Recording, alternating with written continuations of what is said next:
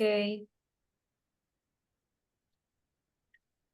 muy buenas noches. En nombre de la Comisión de Residentes de Neurología, tengo el honor de darles la bienvenida a esta sesión académica, la cual forma parte de las sesiones que hemos estado dando por parte de Cooperene. De hecho, esta es la última sesión. Esperamos que sea de vuestro agrado y también que complete más el aprendizaje, ¿no? Para todos ustedes. Tengo el agrado de presentar a la.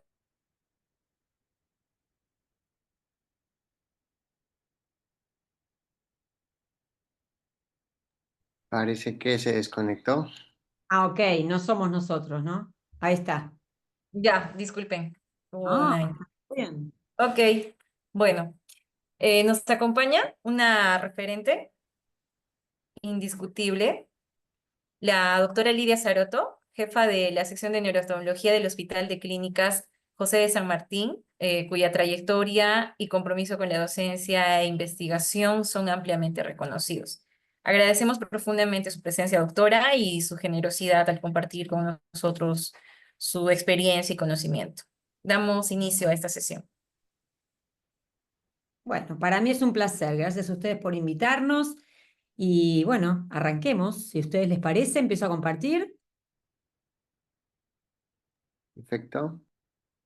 Ok, entonces ahí vamos. Ahí está. Bueno, de nuevo, gracias por la invitación. Espero que esto les sea útil. Y empezamos. Yo lo que voy a hacer, voy a sacar esto, porque si no me molesta verme. Espera, ahí está. ¿Eh? Un minutito, ¿eh?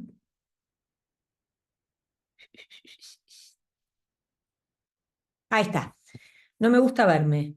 ¿Me escuchan, no? Perfecto, doctora. Sí, Dale. doctora. Bueno, arranquemos. Entonces, la neuritis óptica, como ustedes saben, ¿y ahora por qué no pasa esto? Ah, por acá. Ahí va. Ahí va. La neuritis óptica puede comprometer o bien la porción más anterior del nervio óptico, en cuyo caso tendremos la famosa papilitis, en donde nos vamos a encontrar a nivel del fondo de ojo con un nervio óptico con sus bordes totalmente borrosos, en donde no podemos distinguir el anillo neuroretinal, o bien podemos encontrarnos con una neuritis óptica retrovulvar, que en ese caso, a nivel del fondo de ojo, vamos a encontrar un nervio óptico totalmente normal, en agudo, es decir, un nervio con un anillo neuroretinal, que es esto que yo les estoy marcando, rosado, con bordes netos. Obviamente, en cualquiera de los dos casos, estas neuritis ópticas las vamos a ver cuando le pidamos una resonancia de órbita, en donde, como vemos acá, en un T1 con gadolinio, el nervio óptico va a realzar donde está inflamado. Y esta es una imagen que siempre muestro en donde se ve las diferentes partes del nervio óptico con la papila, la porción intraorbitaria, la porción intracanalicular y la porción intracanalicular y la porción intracraneal. Entonces, recuerden, los términos que nosotros los oftalmólogos utilizamos son papilitis, para cuando vemos este nervio óptico sin bordes netos, con una inflamación de la porción más anterior del nervio óptico, o neuritis óptica retrovulvar, en donde vemos el fondo de ojo y decimos, ¿qué está pasando? No estoy viendo nada. Muy bien. ¿Cómo vienen esos pacientes a la consulta? Bueno, diciendo que la agudeza visual les bajó de forma unilateral generalmente, en forma subaguda. Es decir, que no se dio en forma abrupta, ictal, como ocurre con un infarto o con una ACV, sino que se da en horas o días. Y puede ser severa o puede ser leve, depende qué tipo de neuritis óptica estamos hablando. También es muy importante preguntar por el dolor. Es un dolor periocular que va a empeorar con los movimientos. Siempre hay que hacer esa pregunta. ¿Empeora cuando mueve los ojos? Y en el 92% de los pacientes la respuesta va a ser afirmativa. También es fundamental, fijarse el test de los colores. ¿Y esto por qué se los muestro? Porque estos son dos apps que ustedes las pueden bajar al celular. Nosotros en general no hacemos con el celular. Tenemos el test de Farnsworth, el test de Ishihara, que es mucho mejor, pero estas son test rápidos que se hacen mediante el celular y ustedes van a ver si el paciente ve bien los colores o no. ¿Y esto por qué es tan importante? Porque más del 90% de los pacientes van a tener una discromatopsia y a veces es aún peor que la disminución de agudeza visual y días previos o un día previo u horas previas a que les baje la agudeza visual. Por eso es tan importante hacer este test. Por otro lado, algo importante también, que con una simple linternita nosotros podemos ver, es el defecto pupilar aferente relativo. En este caso, esta paciente tenía una neuritis óptica del ojo izquierdo. Cuando eliminamos ese ojo, fíjense que la pupila no se contrae. ¿Y por qué es relativo? Porque cuando iluminamos la pupila del ojo afectado, tenemos que mirar el ojo contralateral. Fíjense que al iluminar esta, ninguna de las dos pupilas se contraen. ¿Por qué? Porque la aferencia de la luz no llega al tronco y por lo tanto no va a llegar a ninguno de los dos ojos. Recuerden que el defecto pupilar aferente relativo se ve si la neuropatía es o la afección del nervio óptico es unilateral. Si ustedes tienen una afección bilateral simultánea, no lo van a encontrar. Por otro lado, el campo visual también se manifiesta con defectos del campo visual, que después les voy a comentar qué tipo de defecto, en realidad no es muy preciso, no nos ayuda demasiado, pero sí los pacientes van a tener defectos del campo visual. Y por último, siempre hay que mirar el fondo de ojo, en donde podemos ver un fondo de ojo con un nervio óptico totalmente normal o con esa inflamación que no nos permite delimitar el anillo neuroretinal como vemos en esta foto.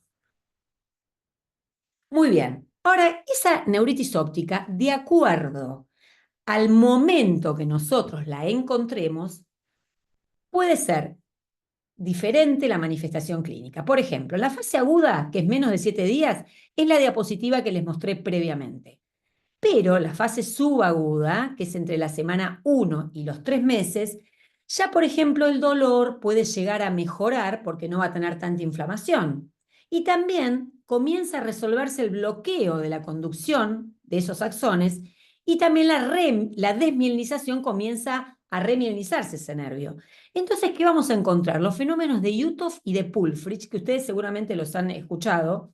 El fenómeno de Uthoff es más común en las esclerosis múltiple y es cuando el paciente aumenta la temperatura corporal, que puede ser por fiebre, por ejercicio físico, por una comida caliente, por ducharse. Ese aumento de la temperatura corporal hace que no conduzcan bien los axones del nervio óptico. Entonces, el paciente, ¿qué va a pasar? Puede tener fotopsias, que son como destellos de luces, puede tener borramientos de la visión, y cuando la temperatura corporal se normaliza, esto también se normaliza y vuelve a la normalidad, esa visión borrosa, esas fotopsias. Y el otro es el fenómeno de Pulfrich. El fenómeno de Pulfrich, que también hace referencia a una disrupción o un empeoramiento en la conducción de los axones, cuando nosotros le mostramos el péndulo a un paciente en el plano horizontal, él lo va a ver en un plano elíptico. ¿Por qué? Porque en una neuritis óptica unilateral, de un solo lado, nosotros vamos a ver que van a tener diferentes velocidades de conducción los axones de un ojo que del otro. Bueno, esos son los fenómenos que podemos llegar a ver en la fase subaguda de la neuritis óptica. Ya en la fase crónica vamos a tener, por ejemplo, la discromatopsia o las alteraciones del defecto pupilar que le pueda llegar a haber quedado a ese paciente, las alteraciones de los colores y en el OCT, en la tomografía de coherencia óptica, también vamos a ver si el paciente tiene una atrofia de algún sector de las fibras del nervio óptico. Bueno, esta diapositiva es una tortura porque yo lo que les quiero mostrar es que la neuritis óptica para nosotros es un gran desafío, porque más de 60 enfermedades empiezan teniendo una neuritis óptica como la primera manifestación. Entonces es todo un desafío para nosotros.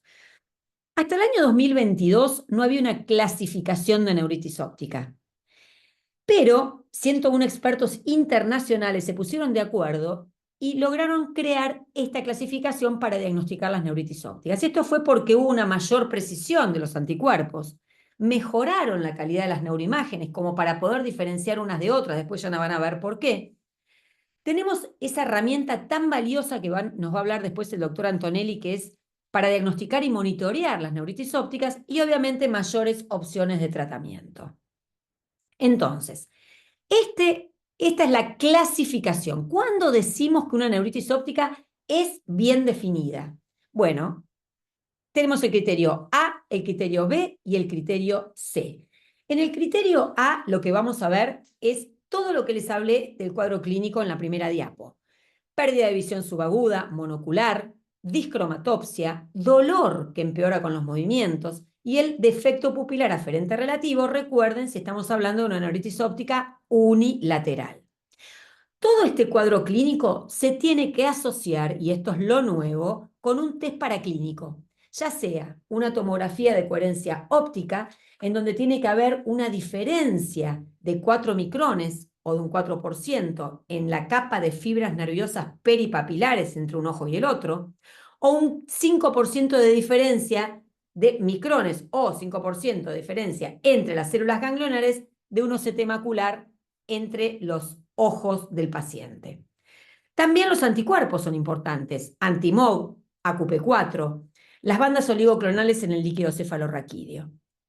Y en cuanto a la resonancia, en la fase aguda vamos a encontrarnos con un realce, como les dije, posgadolíneo del nervio óptico, que va a ser diferente de acuerdo a las diferentes etiologías que tenga la neuritis óptica.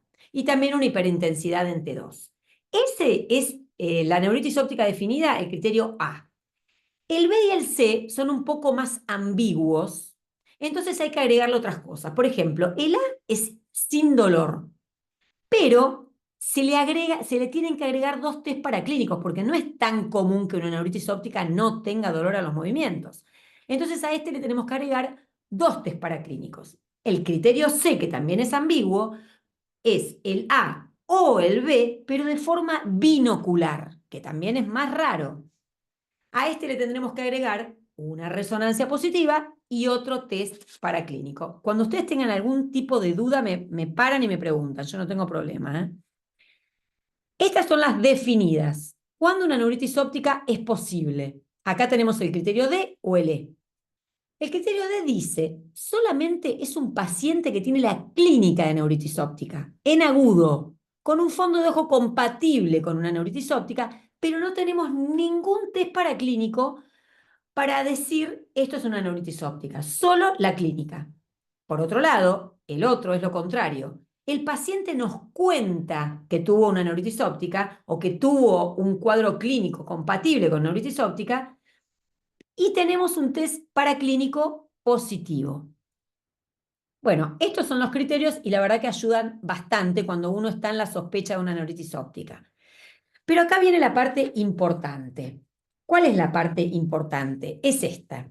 La dicotomización con el 95% de consenso entre los científicos que hicieron esta clasificación, y es diferenciar entre neuritis óptica autoinmune, que va a tener recaídas, de las infecciosas o sistémicas, que van a ser monofásicas y que generalmente no van a necesitar una inmunosupresión crónica, como ocurre con las autoinmunes, que van a requerir una inmunosupresión crónica. Cuando les hablo de infecciones pueden ser sífilis, tuberculosis, toxoplasmosis, herpes zóster, herpes virus, HIV.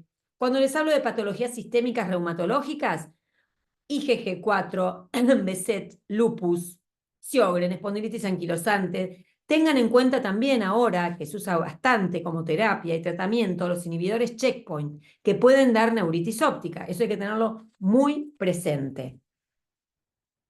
Y también hay que tener muy presente lo siguiente, y esto es nuevo. Vieron que yo les hablé que el criterio A y cualquiera de los criterios para neuritis óptica definida tienen que tener como herramienta positiva, entre esos 3 test paraclínicos, la resonancia nuclear magnética. Y yo les dije que en agudo, como dice acá, tienen que tener una hiperintensidad en T2, en un 88% de estos se las ve, y un realce con contraste hasta en un 98%. Esto dentro del primer mes de inicio de los síntomas. En la fase crónica pueden tener una hiperintensidad en T2, como vemos en esta imagen, o una atrofia del nervio óptico. Y acá hay que detenerse y tener mucho cuidado. En este estudio, es un estudio muy interesante, es retrospectivo, utilizaron 488 pacientes, en donde los pacientes tenían resonancias de cerebro y órbita con y sin contraste, y se incluyeron pacientes que le encontraron hiperintensidad en T2, como ocurre en este caso. donde tenían hiperintensidad. En este caso es T2. Estos son T1 post-contraste. ¿Y qué es lo que encontraron? ¿Y por qué hay que tener mucho cuidado con este dato? Esto es muy interesante, porque las neuritis ópticas no son las únicas que producen hiperintensidad en T2, sino que también lo que encontraron es que existen patologías con neuritis ópticas, neuropatías ópticas compresivas, glaucoma, desconocidas, isquémicas, neuropatías ópticas nutricionales. Entonces hay que tener mucho cuidado en solamente pensar que las neuritis ópticas inflamatorias dan hiperintensidad en T2. Esto no es así. Y si encontramos esto hay que tener cuidado porque no es la única indicación para neuritis óptica y hay muchas veces, yo me encuentro que los pacientes son estudiados con un montón, con una batería de exámenes para descartar la inflamación de ese nervio óptico y en realidad nosotros como oftalmólogos podemos tratar de discernir entre lo que es una compresiva, un glaucoma, una isquemia. Así que mucho cuidado con el realce. Tenemos que tener, ¿qué es lo que tenemos que tener y lo que nos asegura que ese paciente fue una neuritis óptica? Si nosotros estamos viendo un realce en T1 con posgadolinio. Ahí sí estamos en condiciones de decir, en un paciente que nos trae una hiperintensidad en T2 en una imagen, después de 3 meses de una neuritis óptica, pero también nos trae una resonancia del episodio en agudo que nos dé un realce post-contraste del nervio. No sé si es claro, pero bueno, esto es muy importante saberlo. Miren, otro trabajo que muestra lo mismo. Fíjense, un realce en T2, en este caso de la papila, y era un infarto del nervio óptico, como en este caso también, un realce post-contraste y una hiperintensidad en T2, es parte de una neuropatía óptica isquémica. También en el papiledema nos puede llegar a confundir, o la neuropatía óptica infiltrativa. Bueno, ¿y por qué les estoy hablando yo a los neurólogos, que soy oftalmóloga y después me especialicé en neurooftalmología, de esto? Y bueno, porque la neuritis óptica es la manifestación inicial de la esclerosis múltiple en un 25% de los pacientes. Y algo más interesante todavía es que la vamos a tener a esta manifestación durante el curso de la enfermedad en un 70%. Es decir, nosotros sí o sí vamos a ver estos pacientes, ya sea en el transcurso de la enfermedad o cuando inician la enfermedad. Y acá lo que voy a mostrar son algunos artículos que nos hablan de por qué es importante que se incluya como quinto elemento para diseminación en espacio al nervio óptico. Este es uno de los trabajos en donde lo que dice es que incluir el nervio óptico como quinto sitio topográfico demuestra por múltiples estudios que mejora el rendimiento diagnóstico. Y no solo que mejora el rendimiento diagnóstico, sino que nosotros comenzaríamos a tratar la esclerosis múltiple en una etapa inicial. Y ustedes saben que tratar una enfermedad en una etapa inicial trae muchísimos beneficios. Este es otro trabajo muy interesante que también muestra lo mismo. Y fíjense lo que pasa acá. En el diagramita, que les muestro acá en este diagramita de la izquierda, fíjense que de los 21 pacientes con neuritis óptica, con una resonancia nuclear acá, y con una resonancia nuclear magnética normal, pero que no cumplían con los criterios de diseminación de McDonald del 2017, lo que se vieron es 15 pacientes que tenían neuritis óptica, que tenían, o sea, tenían un cuadro adicional, y este cuadro adicional de neuritis óptica, si se aplicase la neuritis óptica como quinto elemento, habría 15% más de pacientes con diagnóstico de esclerosis múltiple. Por eso que creemos que este quinto elemento de adición para diagnóstico de esclerosis múltiple va a salir este año seguramente. Ya se han reunido para sacar el nuevo consenso. Y por eso es tan importante todo lo anterior que les expliqué de la hiperintensidad en T2 para no confundirnos cuando veamos estos pacientes, ¿no? Otro artículo más que respalda al nervio óptico como quinto sitio de lesión. Y lo que dice como conclusión es que aumentaría el rendimiento de los criterios de McDonald, mejorando la precisión y la sensibilidad de digamos, del diagnóstico de la esclerosis múltiple. Muy bien. Ahora vamos a volver a mi métier, que es, ¿qué hago con un paciente con neuritis óptica? Bueno, generalmente a los pacientes con neuritis óptica lo que les pedimos son estudios complementarios, como campo visual computado, tomografía de coherencia óptica de papila con recuento de capa de fibras, macular, recuento de células ganglionares, que de esto nos va a hablar el doctor Antonelli, resonancia, obviamente, de cerebro y órbita con y sin contraste, supresión grasa y FLAIR, que son las técnicas para evaluar mejor el nervio óptico, y también corte fino, por supuesto. Y el laboratorio de rutina es infaltable, con AQP4 y también anticuerpos anti-MOG. Y por supuesto que depende la clínica del paciente, también descartamos enfermedades reumatológicas, que son muy importantes y que nosotros vemos mucho como causante de neuritis óptica. En realidad, el campo visual computado nos puede dar cualquier defecto. Fíjense que en la mitad de los casos nos da defectos difusos, es decir, no nos da defectos focales. En la otra mitad nos da defectos focales y en el 8%, que uno pensaría que más nos va a dar porque es una neuritis óptica que afecta al nervio óptico, nos da esto que vemos acá, centros secales.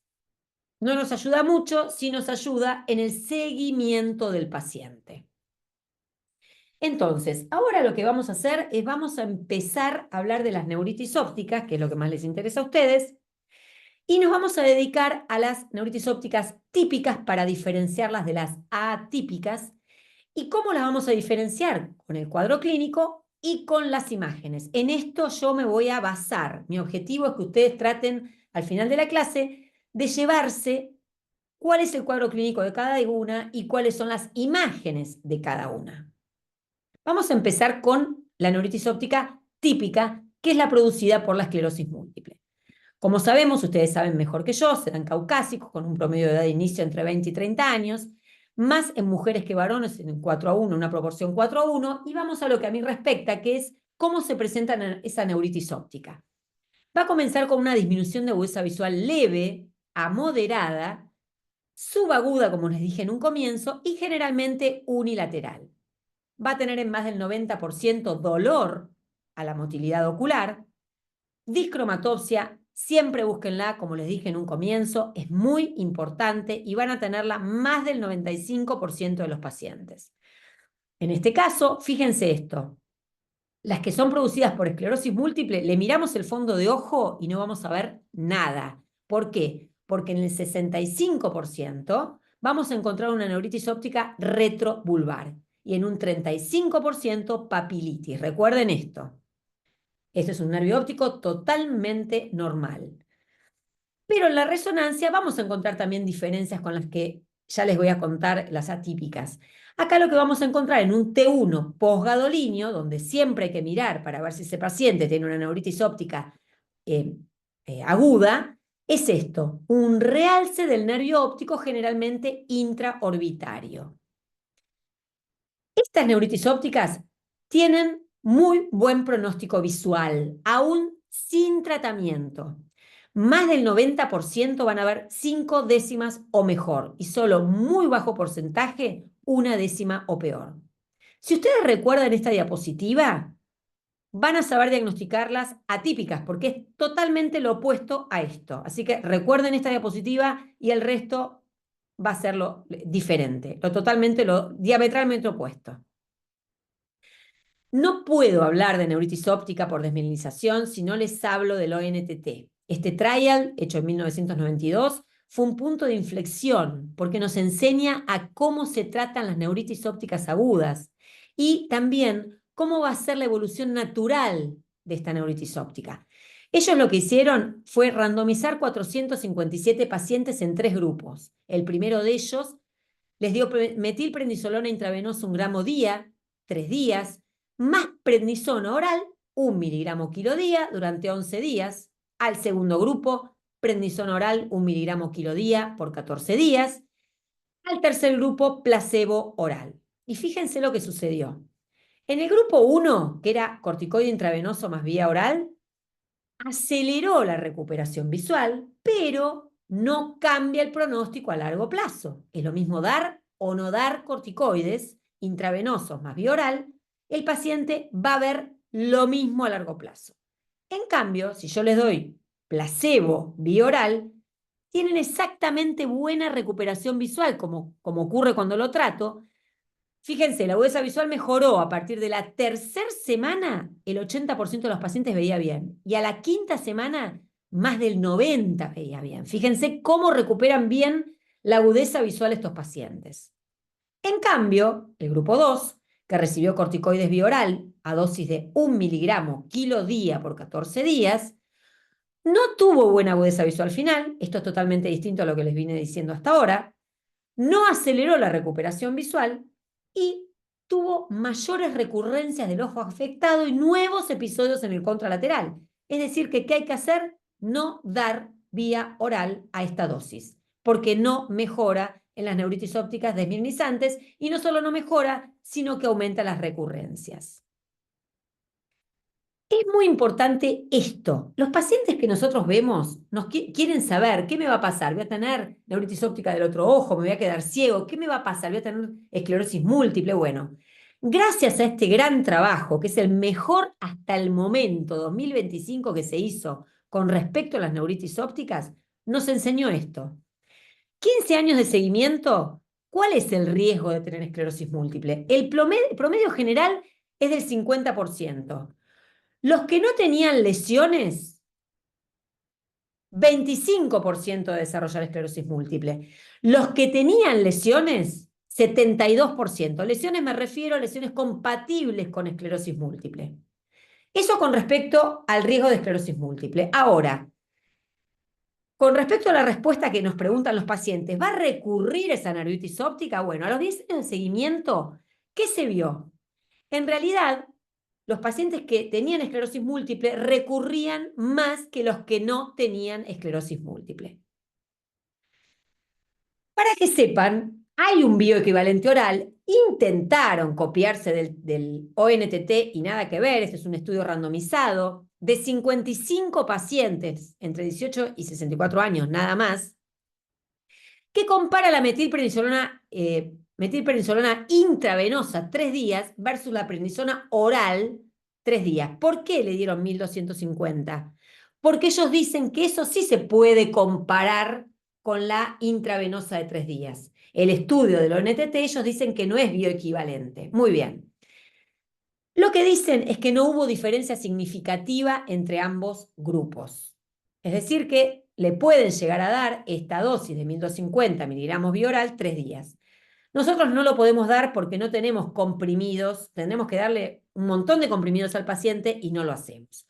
Lo que hacemos nosotros es internar al paciente, si se puede, y si no, no me sale la palabra, pero los pacientes vienen a clínica de día. Entonces le pasan el gramo por día, lo controlamos al otro día la agudeza visual y se lo hacemos 3 días. Si no mejora, 5 días.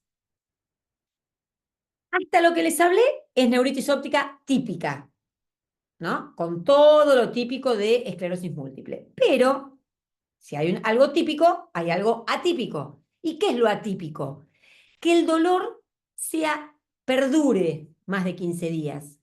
O que venga un paciente y diga, no tengo dolor.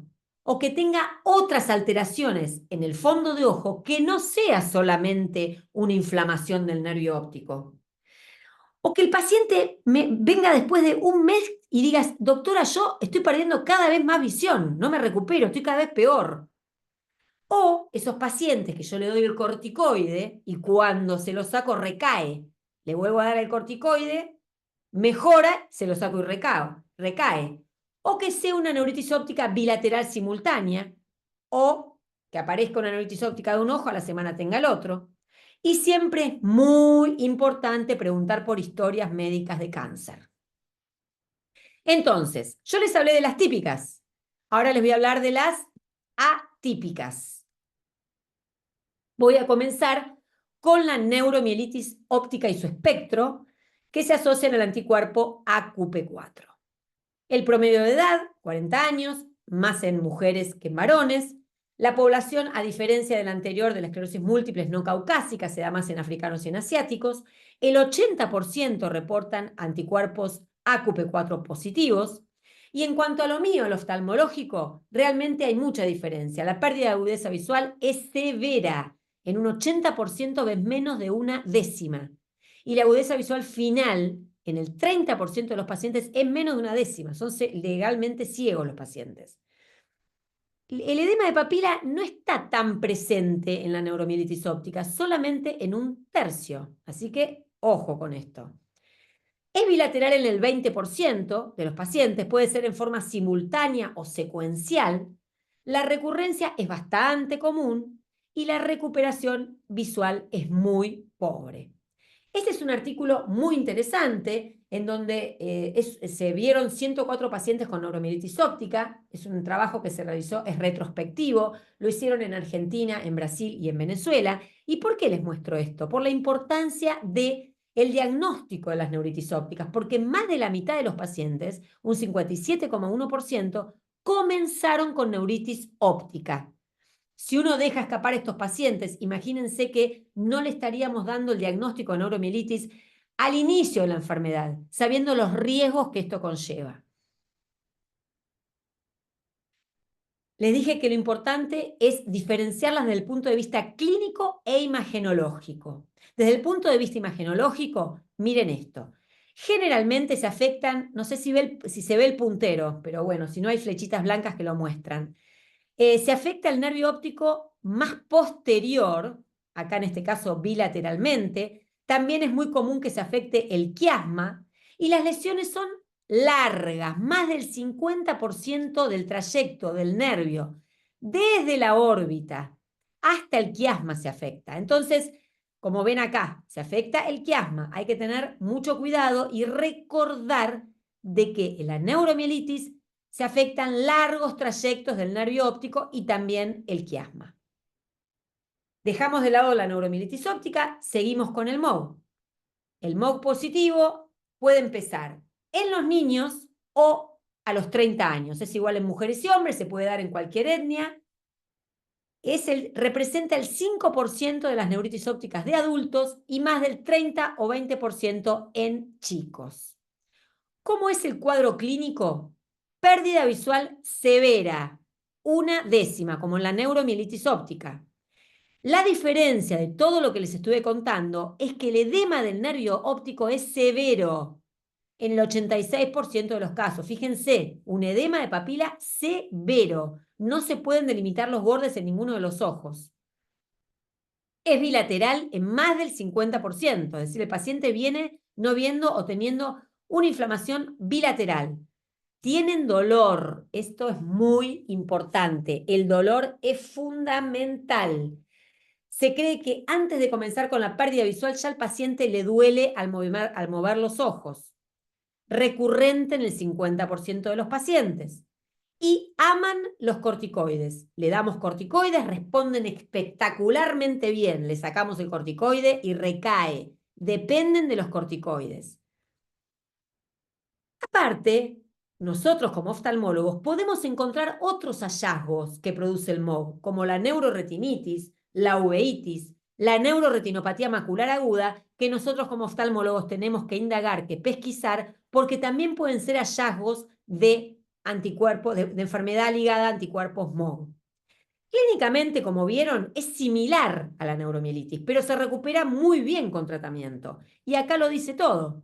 El pronóstico visual, menos del 6% van a ver una décima, que es muy poco de agudeza visual, contra un 60% en la neuromielitis óptica que quedan viendo una décima o menos.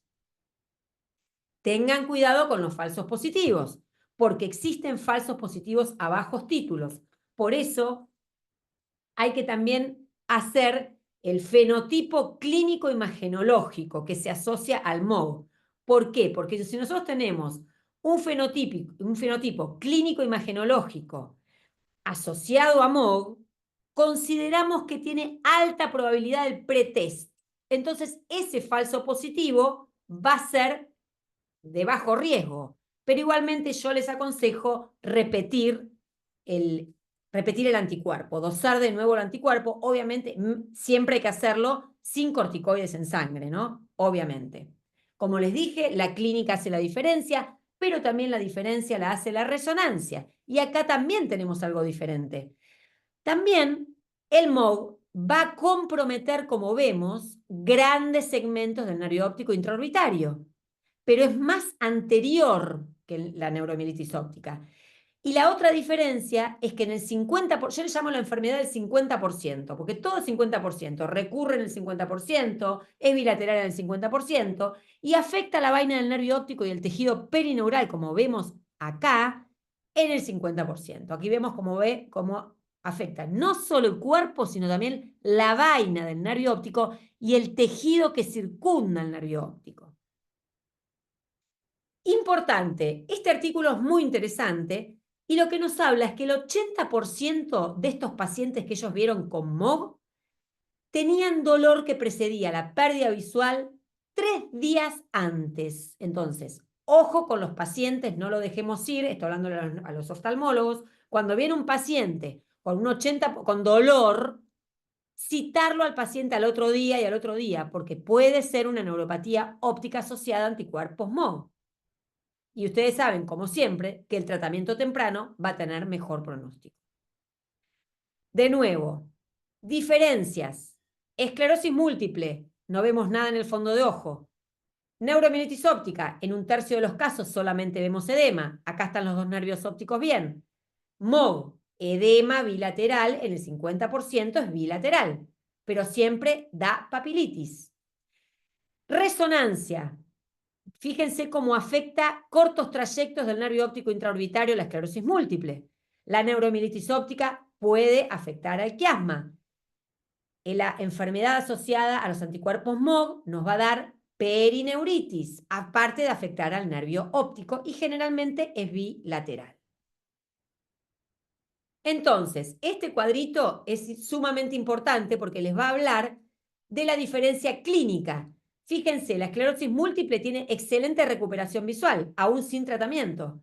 La neuromielitis óptica tiene mala recuperación visual, aún con tratamiento. El MOG tiene excelente recuperación visual, pero con tratamiento a altas dosis de corticoides. Recuerden que ama los corticoides. Y esta es otra imagen muy interesante para que ustedes recuerden qué afecta a cada uno de ellos y también cómo tienen acá abajo la resonancia en sus cortes axiales orbitarios. El MOG afecta longitudinalmente en forma extensa el nervio óptico, bilateralmente, no solo el cuerpo del nervio óptico, sino la vaina del nervio óptico, dando la perineuritis óptica.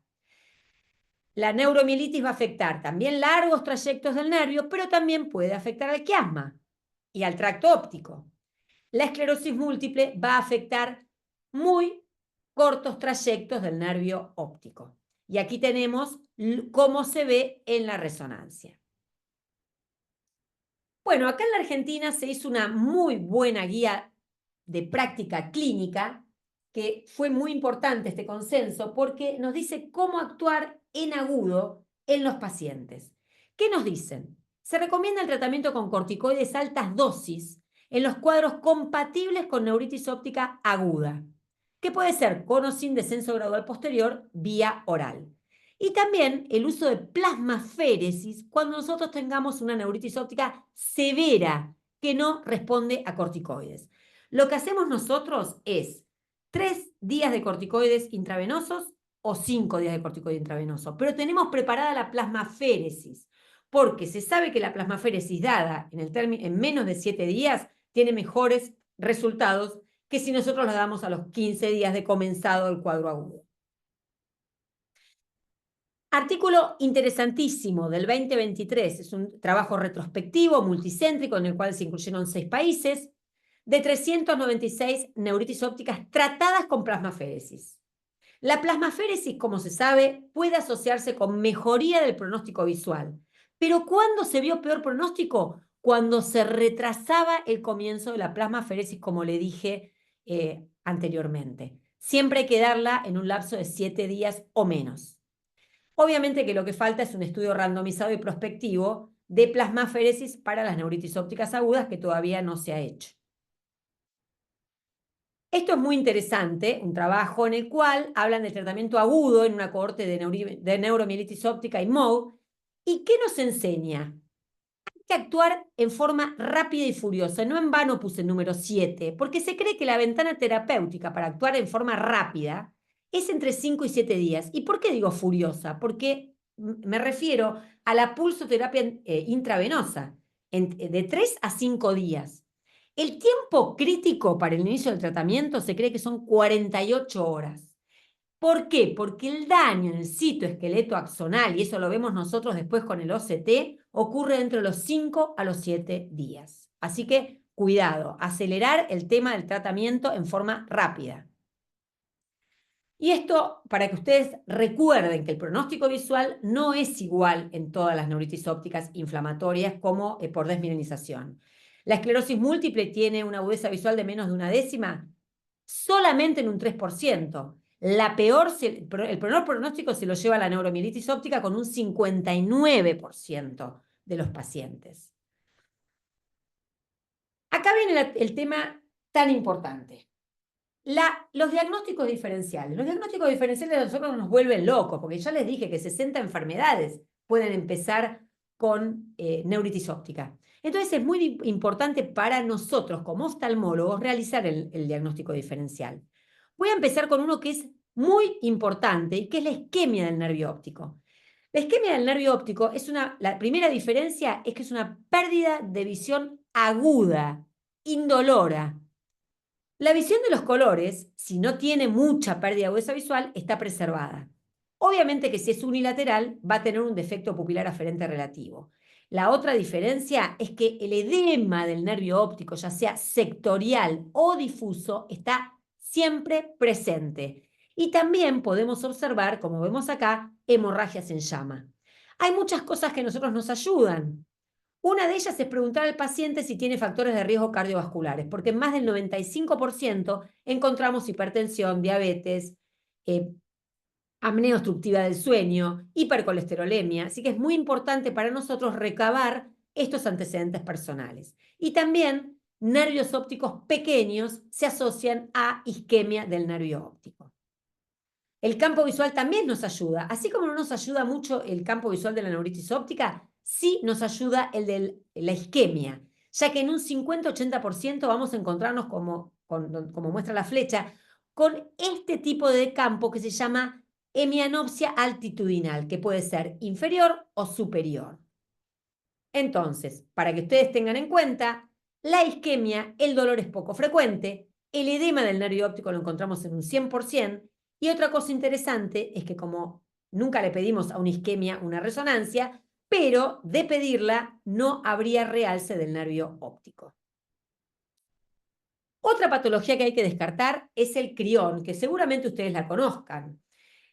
La realidad es que son neuritis ópticas recurrentes con pérdidas visuales severas, uni o bilateral y con un dolor severo y persistente. Esto, si ustedes recuerdan, me hace acordar al MOG. No está asociada con esclerosis múltiple ni con otros compromisos del sistema nervioso central, y algo importante es que responde a los corticoides y se hace dependiente. Por eso es que acá pongo que es un diagnóstico de exclusión. Debemos descartar las neuromielitis y también la enfermedad por MOG, así como también las enfermedades sistémicas inflamatorias como sarcoidosis, vasculitis, lupus, etc. Fíjense que cuando se describió en el 2023, luego se fueron descubriendo anticuerpos. 5 al 25% de los criones terminaron siendo neuromielitis ópticas, y en el 2019, cuando se descubre el anticuerpo anti-MOG, ya casi un 80% de los criones fueron MOG. Es decir, que el crión va a tender a desaparecer como entidad. ¿Por qué? Cuando vayamos descubriendo nuevos anticuerpos, van a ser neuritis ópticas asociadas a ese anticuerpo que aún desconocemos.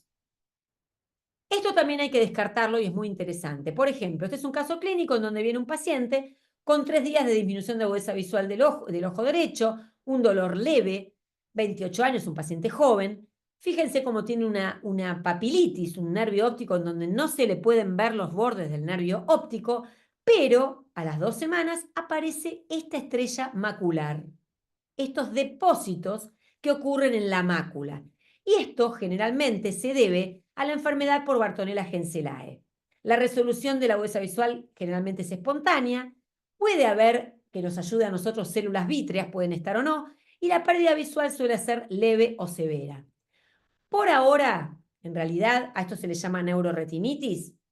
No se puede ocurrir con esclerosis múltiple, no se sabe si hay una relación causal o coincidente, tampoco se sabe, hay más preguntas que respuestas todavía, ¿no? No se sabe si aumenta el riesgo de esclerosis múltiple, si se considera un ataque desmielinizante, en realidad se necesitan muchísimos más, esto es un artículo del 2022, así que todavía necesitamos muchos más estudios prospectivos como para saber si podemos responder todas estas preguntas. Algo interesante también a tener en cuenta, por eso siempre les digo que hay que preguntar por antecedentes de cáncer. Una de ellas es la meningoencefalitis asociada que se da en adultos a la proteína gliofibrillar ácida y la otra es la neuritis asociada al CRMP5, que es un anticuerpo que se asocia, es paraneoplásica y se asocia a cáncer de células pequeñas de pulmón. ¿Por qué las puse juntas? Porque me parece más fácil que ustedes se acuerden. Porque ambas tienen una agudeza visual, una pérdida de agudeza visual variable, son bilaterales generalmente indoloras, tienen edema de papila bilateral, no realza el nervio óptico, esto es lo importante, pero a nosotros como oftalmólogos nos viene bien esto, que pueden tener vitreitis y retinitis asociada. Eso es una gran diferencia que la podemos ver. Fíjense que acá esto es una vitreitis, no nos deja ver como el vitrio está inflamado, que es lo que, o sea, el vitrio que está por delante de la retina no nos permite ver la retina en forma adecuada. Esto se le llama vitreitis. Tengan en cuenta esto y siempre hay que hacer el diagnóstico diferencial en que son patologías raras. Perineuritis también es una patología rara, realmente no es una patología común. Produce dolor con los movimientos oculares y un dolor importante, la disminución de agudeza visual es leve a moderada, también es subaguda, así que nos puede confundir. En más de la mitad de los pacientes tienen edema del nervio óptico y la tenemos que diferenciar porque pueden ser idiopáticas o secundarias. Secundarias a lupus o también a tuberculosis, sífilis, sarcoidosis. Hay que hacer el diagnóstico diferencial. Aquí vemos una perineuritis por enfermedad de IgG4 con un realce del nervio infraorbitario. Esto es de IgG4, por eso hay que tener mucho cuidado con el diagnóstico. En este corte coronal también vemos una perineuritis, como en este corte axial. Y la perineuritis, al igual que el MOG, que produce perineuritis, que produce realce de las vainas del nervio óptico, con ese hay que hacer el diagnóstico diferencial, no resuelve espontáneamente, resuelve con corticoides a altas dosis. Así que cuidado con este diagnóstico, sepan diferenciarlo, porque no, esto sí lo podemos llegar a ver. Esto yo lo traigo a colación, ya estoy terminando. ¿Por qué? Porque en estos dos trabajos, tanto de MOG como de neuromielitis óptica, lo que se observa es que la mayoría de los pacientes comienzan con neuritis óptica. Por eso es tan importante aprender el diagnóstico diferencial de las neuritis ópticas, no solo con las enfermedades desmielinizantes, sino también con todas las otras patologías que yo les acabo de mostrar. Lo más importante, y con esto termino, es diferenciar las neuritis ópticas típicas de las atípicas. Y también con las otras que yo les acabo de decir. ¿Cómo las diferenciamos? Las diferenciamos con el cuadro clínico, pero el cuadro clínico se solapa, se superpone, no es tan fácil de distinguirlas. Por eso siempre tenemos que pedir resonancia de cerebro y órbita con contraste y la serología. Yo siempre le pido la serología y después le doy la pulsoterapia para que no me negativice la muestra. Y obviamente que el enfoque multidisciplinario es fundamental. Yo no puedo subsistir sola. Siempre los pacientes son vistos por un neurólogo. Y por último, el diagnóstico precoz es lo que nos va a salvar. Vamos a poder diagnosticar la etiología de esa neuritis óptica para poder iniciar el tratamiento específico. ¿Y por qué es tan importante iniciarlo? Porque el tiempo es visión. Bueno, muchas gracias. Espero que les haya servido la clasecita. Muchas gracias, doctora Lidia. Excelente ponencia. Muchísimas gracias, doctora. No, por favor, cualquier cosa me mandan un mail, cualquier duda, ahí voy a prender ahí está. Cualquier duda, Bueno, ahí no está. tenemos Espero que preguntas les en el haya chat. De todos servido. modos, le haremos llegar en caso haya alguna duda, alguna pregunta. Perfecto. Muchísimas gracias por su excelente ponencia. Sí, Bueno, doctora, muchísimas gracias. Es muy, bueno, tenemos grabada la clase y, bueno, la vez que la escuché, muy clara su presentación y, bueno, agradecerle en nombre de Cooperene. Bueno, a su correo le voy a enviar un pequeño certificado de agradecimiento de parte de nosotros y nada, doctora, muchísimas gracias. No, Continuaremos gracias a ustedes. Para entonces. mí es un placer. Muchísimas gracias, doctora. Continuaremos entonces con el doctor Juan Ignacio Antonelli. El doctor Juan Ignacio Antonelli pertenece también a la División de Neurooftalmología del Hospital Clínicas José de San Martín de Buenos Aires, el hospital de la Universidad de Buenos Aires, y bueno, que amablemente también ha aceptado acompañarnos. Doctor, buenas noches. Le damos el pase y la bienvenida, doctor. Buenas noches. Bueno, muchas gracias por la invitación. Yo les voy a hablar entonces ahora de la parte de OCT y cómo lo usamos en neurooftalmología. A ver, Gracias, doctor.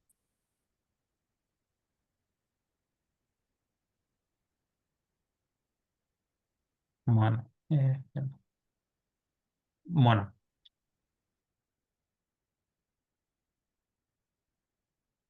bueno, voy a comenzar con una breve introducción para los que no conocen el estudio, el OCT. Es una técnica no invasiva, la hacemos con un aparato como este en consultorio, nos sirve para hacer diagnóstico y seguimiento, nos permite realizar varios cortes en tiempo real y en el momento que hacemos el corte vamos viendo el estudio en forma muy rápida, con mucha precisión, genera imágenes en muy alta resolución y a diferencia de otros estudios nos permite hacer una evaluación estructural tanto del nervio óptico, de la retina o aquella parte del globo ocular que estemos estudiando. En el caso de neurooftalmología, utilizamos mucho la medición de la capa de fibras peripapilar y el complejo que se forma entre la capa de células ganglionares y la plexiforme interna de la retina. Esto es cómo se ve un OCT y esto es el corte histológico de una retina y si se fijan, básicamente es como si estuviésemos viendo en vivo un corte histológico del de la retina neurosensorial, también se ve el epitelio pigmentario y parte de la coroide. Estos son tres de los aparatos que se utilizan. Los que se utilizan hoy en día son estos dos, los que están a la derecha, el dominio temporal ya no se utiliza más. Y estos se los puse para que vean la cantidad de escaneos que hace el aparato por segundo, el nivel de resolución, que es de micrones, como ven acá, en 5,7 y 5 micrones.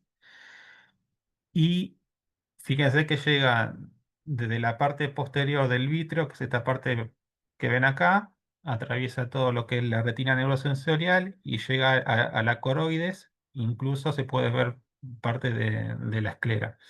O sea que prácticamente atraviesa todo el polo posterior del ojo. Tenemos también hoy en día la posibilidad de hacer lo que se llaman OCT multimodales, que lo que hacen es el mismo aparato integrar varios tipos de funciones, como la foto de la retinografía de la retina, las formas, las autofluorescencias, los estudios con contraste, los CT como vimos, e incluso el angio-CT se integra todo y permite ver la misma patología en distintos tipos de cortes, con distintos tipos de abordaje para tener una evaluación un poquito más compleja de lo que es el cuadro que estamos evaluando. Acá, fíjense, le puse también para el que nunca vio CT y no conoce mucho el aparato, que podemos ver prácticamente todo el ojo. Esto es el corte del nervio óptico, un angio-CT, que vemos la vascularización de la retina interna.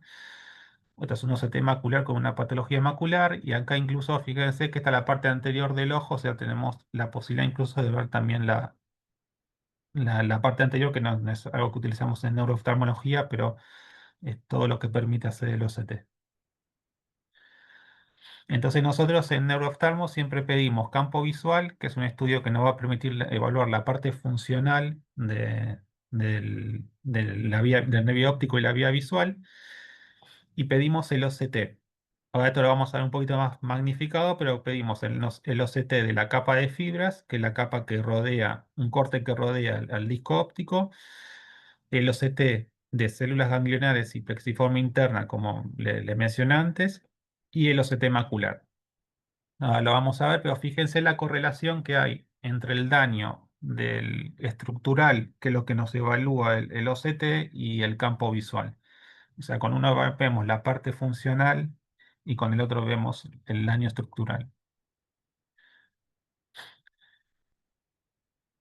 La parte superior lo que les muestra es el corte que hace el OCT cuando mide la capa de fibras. Es un corte concéntrico al disco óptico, y lo que mide es la retina peripapilar, la capa de fibras en la retina peripapilar. Y la capa de células ganglionares lo que va a medir es a nivel de la mácula. Mide la capa de células y el complejo de la plexiforme interna, que es esto que ven acá. Estas son las zonas donde se hacen los cortes que evaluamos habitualmente en neurooftalmología. Entonces, lo que nos permite el OCT es evaluar, como ya les dije, la parte estructural, y hoy en día se lo considera un biomarcador porque nos permite evaluar la actividad de la patología y su progresión. Entonces, por ejemplo, un paciente con un edema de papila, el OCT, por lo general, cuando se hacen los gráficos, tiene un código de colores. Lo que es verde se considera normal, un espesor normal. Lo que es rojo se considera una atrofia. Lo que es amarillo se considera borderline, o sea que está en una zona límite. Y lo que es blanco habitualmente se considera como aumentado, o sea, lo que solemos ver en un edema, un aumento del espesor de la capa de fibras. Entonces, este es un OCT de capa de fibras en donde se mide inicialmente un aumento del espesor, y fíjense con el tiempo cómo ese espesor se va perdiendo y se va yendo hacia la atrofia. Y esta es la comparación entre la capa de fibras y la capa de células ganglionares, que después vamos a ver mejor la comparación. Entonces, hay algunos conceptos que son interesantes tenerlo en cuenta, conceptos generales para cuando vemos el OCT en neurooftalmología y en enfermedades desminimizantes. Entonces, siempre pedimos, aparte del campo visual, que ve, como les dije, la parte funcional, pedimos lo estructural, pedimos el OCT de papila con el- la capa de fibras peripapilar, el OCT de mácula, que es esto que está acá abajo, y el OCT de células ganglionares con el complejo plexiforme interno. En las neuritis ópticas nos va a permitir hacer una medición cuantitativa del espesor de la capa de fibras, y lo que tiene de utilidad es que tanto el OCT de capa de fibras como de células ganglionares se nos van a correlacionar con la agudeza visual. En la etapa aguda, ¿qué es lo que vamos a ver? Lo que vemos o es una capa de fibras normal, o podemos ver, si hay un edema del disco óptico, como les mostró Lidia, un aumento del espesor de la capa de fibras. Entonces, ustedes siempre que llegue un OCT, fíjense que esté bien centrado en la toma, la muestra. Esto es un corte de la capa de fibras. Fíjense el aumento del espesor en esta zona. Acá tienen un gráfico percentilado en donde van a ver un, un gráfico de colores con una zona verde que corresponde a la zona del percentilo normal, una zona amarilla que es la correspondiente a la zona borderline, y una zona roja que es la zona de atrofia. Y en negro oscuro una línea continua que lo que grafica es el espesor de la capa de fibras. Y de acuerdo a donde se ubique, vamos viendo si hay una atrofia, si está normal, si está borderline, o, como ven en este caso, si está aumentado el espesor, que es lo que coincide con esta zona de acá. El gráfico de colores es un poquito más sencillo de evaluar, porque de acuerdo al color nos va diciendo si está normal, atrófico o borderline.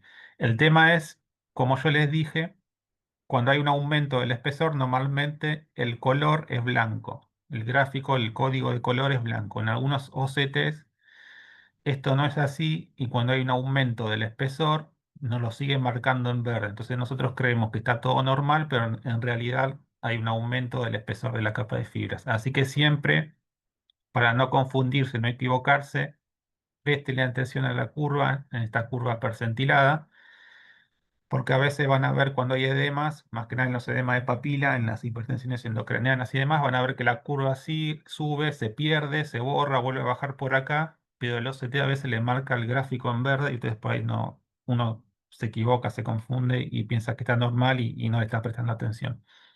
Obviamente si ve el fondo de ojo eso se nota bastante fácil, pero si no le mira el fondo de ojo se puede equivocar. Esa es la etapa aguda. En el seguimiento empieza a aparecer la atrofia y la atrofia la podemos ver tanto en la capa de fibras como en la capa de células ganglionares. En la capa de células ganglionares, en la etapa aguda, no vemos el edema porque el edema se limita por lo general a la retina peripapilar. Entonces, con la capa de fibras peripapilar lo podemos detectar, pero con la capa de células ganglionares que estaría en esta zona, en la zona de la mácula, no lo detectamos. Ahora, la atrofia sí, la atrofia la vamos a ver expresada en las dos mediciones. Y hay algunos patrones de atrofia que se han descrito en las enfermedades desmielinizantes que, si bien no son patognomónicos, les puede ayudar. El patrón de compromiso bitemporal de atrofia bitemporal se suele asociar a la esclerosis múltiple, como ven acá, el compromiso del sector temporal de ambos nervios ópticos. El patrón binasal, como ven acá en la zona media, se suele asociar al MOG, y el patrón más profundo de mayor atrofia y más generalizado con la enfermedad que más agudeza visual nos quita, que es la neuromielitis.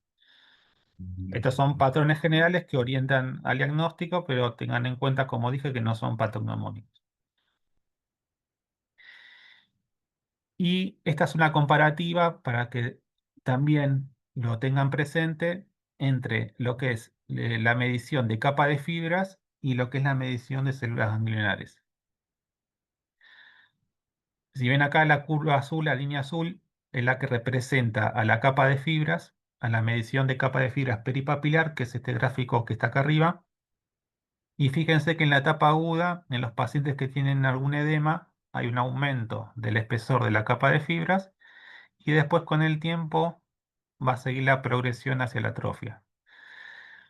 Pero fíjense qué pasa con la capa de células ganglionares. Yo les había dicho que no padecen este edema inicial porque están alejadas de la retina peripapilar. Entonces, en la etapa aguda no se van a ver afectadas por este edema y la atrofia se va a empezar a manifestar antes. Entonces, la capa de células ganglionares, tengan en cuenta que nos va a mostrar una atrofia más temprana que la capa de fibras peripapilar. Por lo tanto, va a tener una mejor correlación con la agudeza visual. Porque este paciente, nosotros lo vemos en esta etapa, y en esta etapa el gráfico parece estar bien, uno piensa que el paciente está recuperándose y demás. Sin embargo, cuando le toma la agudeza visual o cuando le hace una prueba funcional como un campo visual, el paciente tiene una mala respuesta. Y es que este edema que se está adelgazando, se está en esta etapa, el paciente está escondiendo esta atrofia, que no la estamos viendo todavía. En cambio, la capa de células ganglionares ya nos la muestra un poquito antes. Así que siempre que pidan el estudio o que vean el estudio, presten atención a los dos, a las dos mediciones, a la capa de fibras peripapilar y a la capa de células ganglionares. Otro tema, yo les dije, le pedíamos el OCT macular y le pedimos el OCT macular porque algunos pacientes, principalmente los que tienen neuromielitis óptica, pueden hacer un edema microquístico a nivel de la mácula. No es lo más común, pero puede pasar. Y por último, cuando pedimos estudio y evaluamos a estos pacientes, como cualquier paciente en oftalmología, tenemos la posibilidad de comparar eh, un ojo con el otro, sea un ojo enfermo con un ojo sano o dos ojos comprometidos, pero con un compromiso asimétrico. Y se han descrito que diferencias en el espesor de la capa de fibras entre ambos ojos, tanto en la capa de células ganglionares como en la capa de fibras peripapilar, podrían hacernos sospechar de un compromiso subclínico previo del paciente.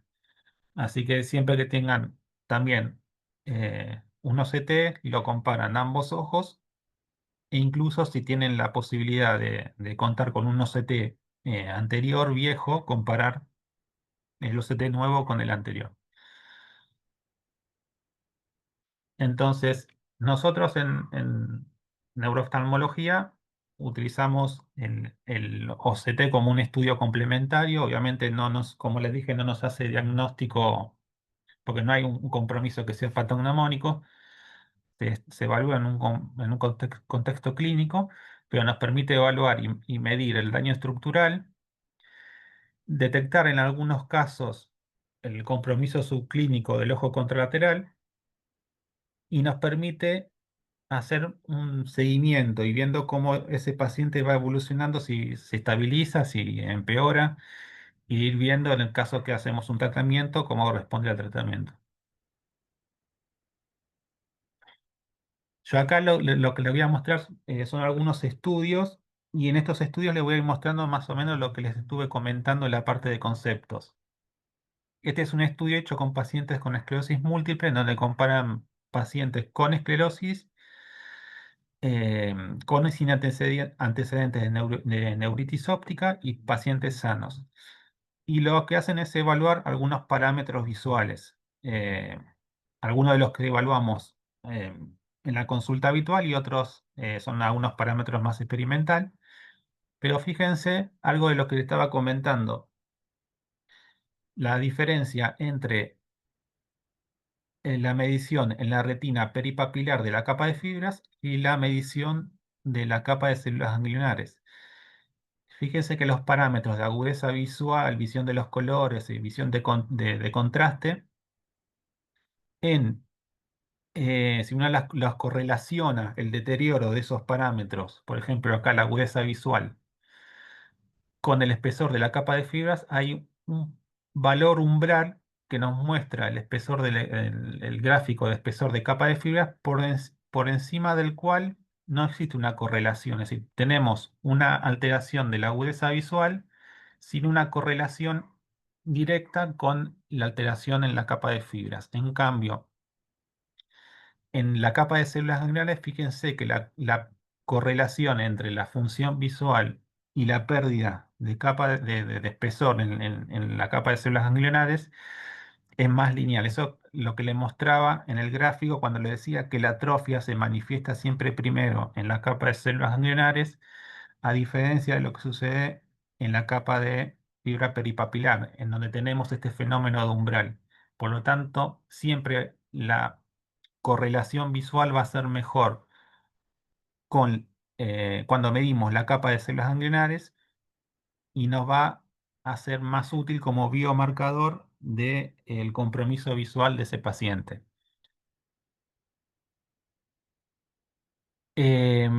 También, como le venía comentando, el OCT nos asiste en la parte diagnóstica, nos permite detectar el daño, como ya les dije, clínico y subclínico, midiendo el espesor, tanto en el ojo afectado como en el ojo sano, contralateral.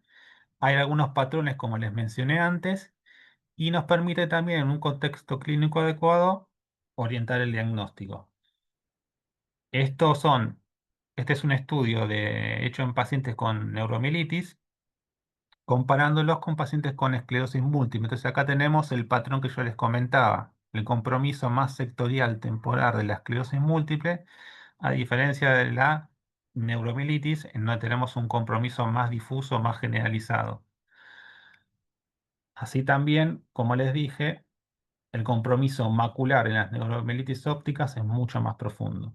Lo vemos acá, en la neuromielitis, una mayor pérdida de capa de fibras a nivel general en la retina peripapilar y un mayor compromiso macular. Este es otro estudio hecho en pacientes con neuromielitis óptica y fíjense en células ganglionares y en retina peripapilar la pérdida severa que tienen de axones estos pacientes. Es el grado de compromiso severo de los pacientes con neuromielitis y antecedentes de neuritis óptica, comparados con aquellos pacientes con neuromielitis sin neuritis y los pacientes controles sanos.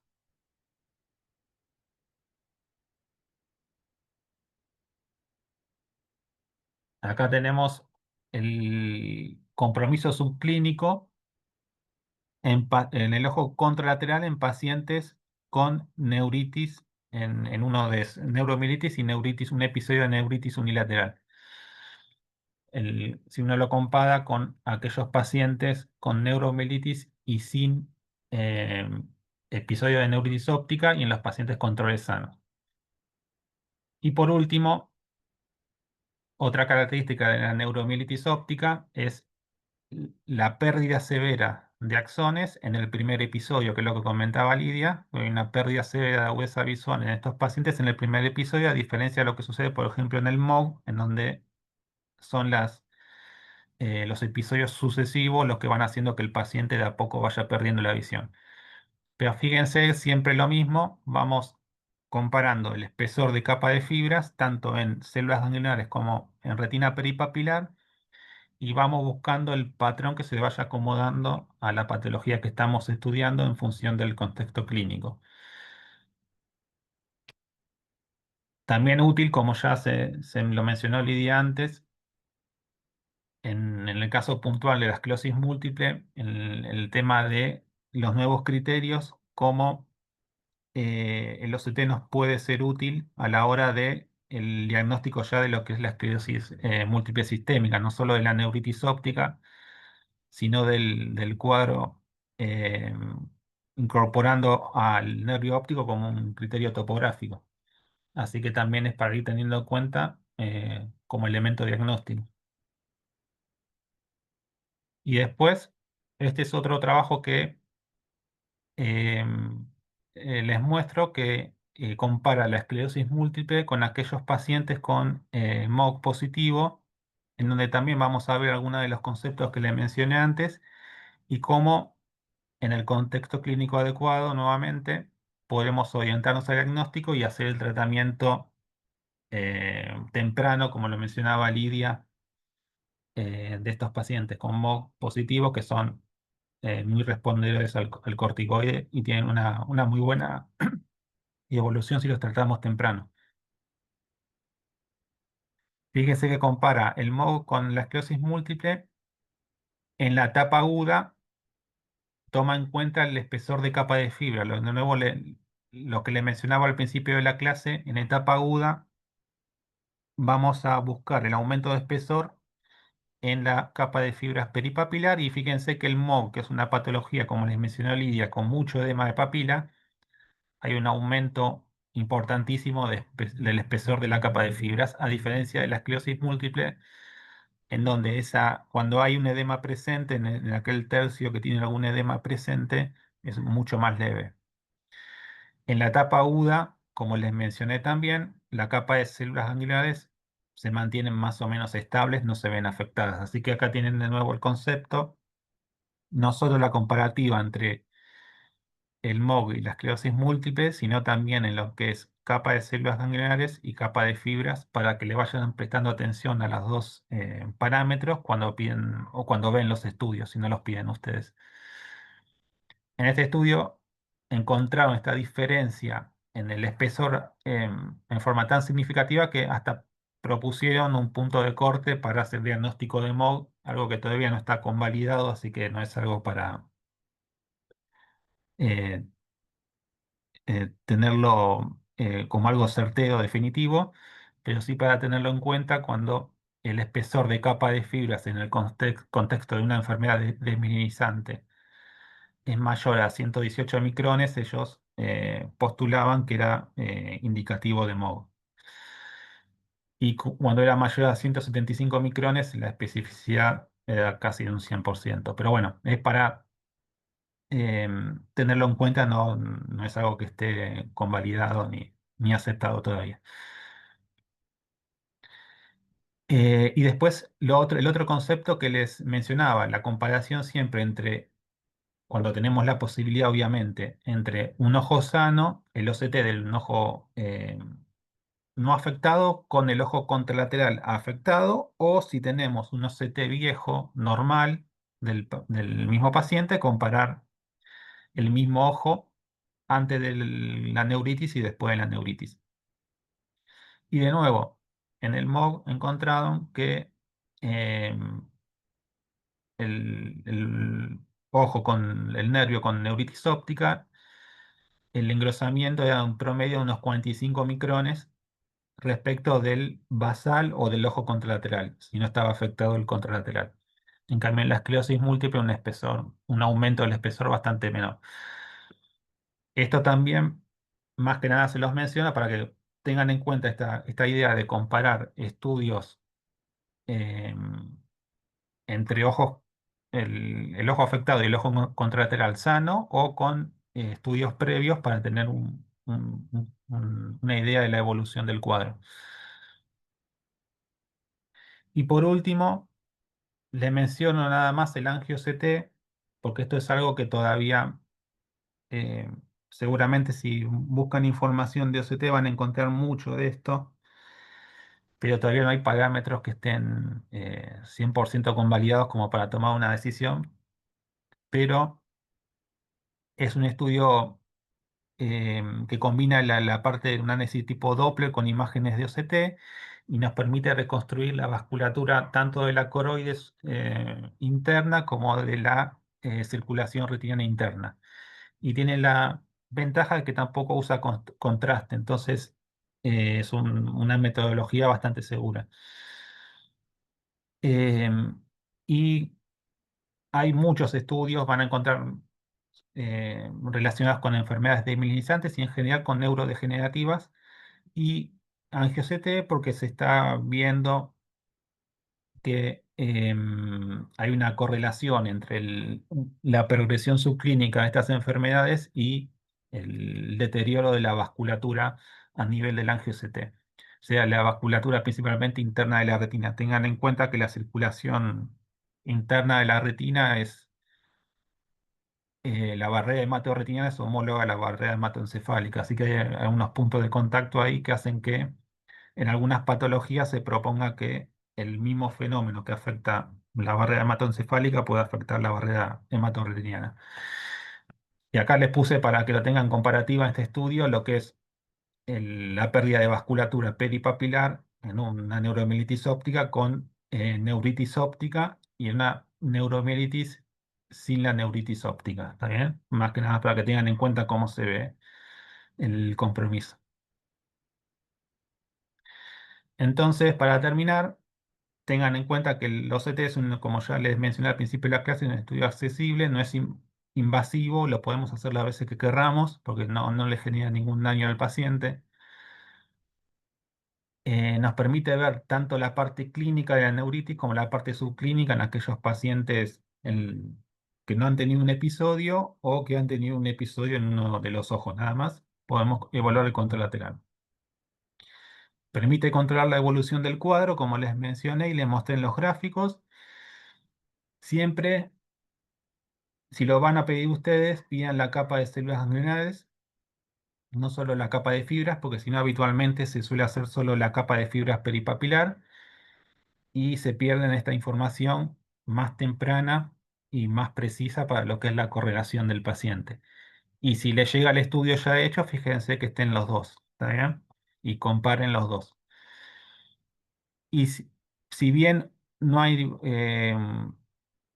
patrones que nos permitan establecer un diagnóstico de certeza solo con el OCT, en el contexto clínico adecuado ayuda mucho a tomar algunas decisiones, más que nada, bueno, principalmente a nosotros porque vamos viendo la evolución del cuadro. Pero es, bueno, eso es todo. Gracias, doctor, por su excelente ponencia. Estamos muy agradecidos con toda la información que nos ha proporcionado. Eh, Vamos a continuar con la presentación del doctor Tulio. Gracias, doctor. Usted amablemente, igual que la doctora Saroto, ha aceptado con mucho compromiso poder pues, transmitirnos sus conocimientos y de forma clara. Nos ha gustado mucho ambas exposiciones, doctor, en forma de agradecimiento, de todas maneras, forma de reconocimiento por apoyarnos en la formación como residentes, pues de la misma forma se le otorga un certificado de reconocimiento. Muchas gracias, doctor. Y Gracias a bueno, usted. en vista de que estamos también con el tiempo, Y acá en Buenos Aires son casi las 10. Mm. Damos por terminada la sesión, pues sin nada más. Y Yasmín, de repente algunas palabras y para terminar. Bueno, agradecemos, doctora Lidia, por su amable colaboración, igualmente al doctor Juan Ignacio. Esperamos seguir contando con con vuestro apoyo seguramente en diferentes ocasiones. Realmente esta información es muy importante para todos nosotros. Y bueno, estamos en constante avance con y estudio a su vez. Vamos a seguir continuamente con estas actividades y muchas gracias. Bueno, perfecto. Yo, de más está decirle que lo que necesiten, aquí estamos, desde Buenos Aires, siendo las 10 de la noche, y fue un placer. Gracias. Excelente organización y lo que quieran, aquí estamos. En Buenos Aires los esperamos también. Vengan, Gracias. cuando quieran. Los recibimos, les mostramos el OCT en vivo y directo, ¿no, Juani? Sí, por supuesto. Así que, Pacientes, lo que quieran. Estamos con las puertas abiertas del Hospital de Clínicas de Buenos Aires y la UBA, obviamente. Gracias. Gracias nuevamente, doctora. Ah, por favor. gracias a Gracias a ustedes. ustedes.